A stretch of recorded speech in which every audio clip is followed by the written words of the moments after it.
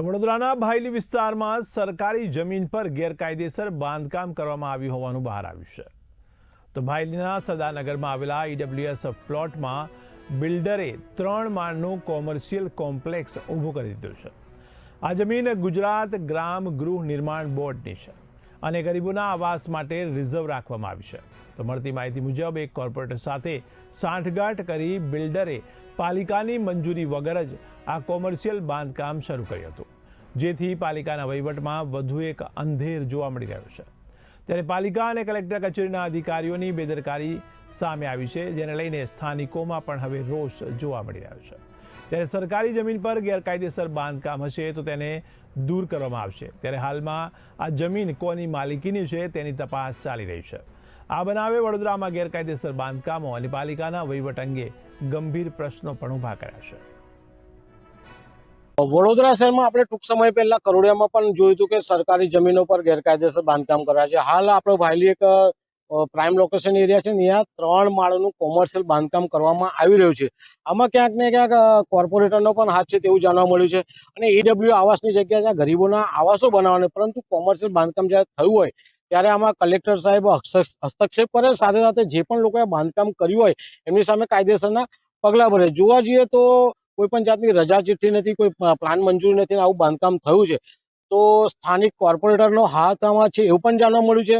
તો કલેક્ટર સાહેબ તેમજ જે પણ લાગતા વળગતા વિભાગ હોય, જે અધિકારીઓની જે વિભાગની જગ્યા હોય એ વિભાગના અધિકારીઓ પણ અહીંયા આવીને આ તમામ ગેરકાયદેસર બાંધકામ છે તોડી પાડે, સાથે સાથે આવા તત્વોને જેલ ભેગા કરે। જો નિયમ મુજબ તો એમ તો ના જ થાય, પરંતુ પાલિકા છે એ તો નિયમના વિરુદ્ધમાં કામ કરવા ટેવાયેલી છે, એટલે હોઈ શકે કે પાલિકાએ કે દૂરી સંચાર આપ્યો હોય અને કોઈક માલિકે બનાવ્યું હોય।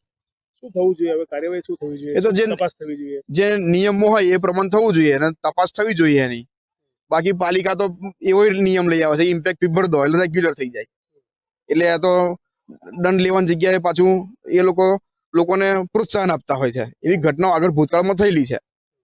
તો શું માંગણી શું છે તમારી પૂર્વ સરપંચ તરીકે? તમારા જ ગામમાં જો આવું થતું હોય અને પણ કોઈ પણ રજા ચિઠ્ઠી નથી દીધી, નકશો નથી મંજૂર કરાયો અને ડાયરેક્ટ બાંધકામ કરી દેવું, અને જે રહેણાંક સરકાર આપેલું હોય ગરીબ આવાસ માટેની, ત્યાં આ પ્રકારની પ્રવૃત્તિ કેટલી યોગ્ય? જો આમાં તો આની તપાસ થવી જોઈએ, જગ્યા કોની માલિકીની છે એ બધી એક તપાસ થવી જોઈએ અને પછી આગળ જે નિયમ મુજબ કાર્ય કરે ને એ જે આવાસ યોજના ફાળવણી અંગે જે જગ્યા ફાળવેલ હોય એમાં કોમર્શિયલ બાંધકામની રજૂઆત આવેલ છે।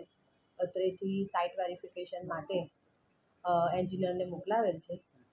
નિયમ પ્રમાણે જો એ સરકારી જગ્યા હશે અને નિયમ પ્રમાણે મળવાપાત્ર કોમર્શિયલ બાંધકામ નહીં હોય તો અત્રેથી જીપીએમસી એક્ટ અંતર્ગત કાર્યવાહી કરવામાં આવશે। આટલું મોટું ટાઉન પ્લાનિંગ વિભાગ તેમ છતાં 3 માળનું બિલ્ડિંગ ગેરકાયદેસર બની ગયું, કોઈ પણ પ્રકારની મંજૂરી નથી કોર્પોરેશનની, કેવી રીતે થઈ શકે?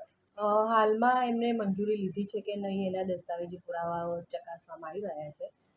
પહેલાં ભૂડામાંથી પર જગ્યા, એટલે ભૂડામાંથી કોઈ પરમિશન અપાઈ હોય બેઝિક, જ્યારે ગ્રામ ઈડબ્લ્યુએસ આવાસ યોજનાની, અને કયા બેઝ ઉપર કદાચ એમને કોમર્શિયલ બાંધકામ હતું એ ચકાસણી કરવામાં આવશે।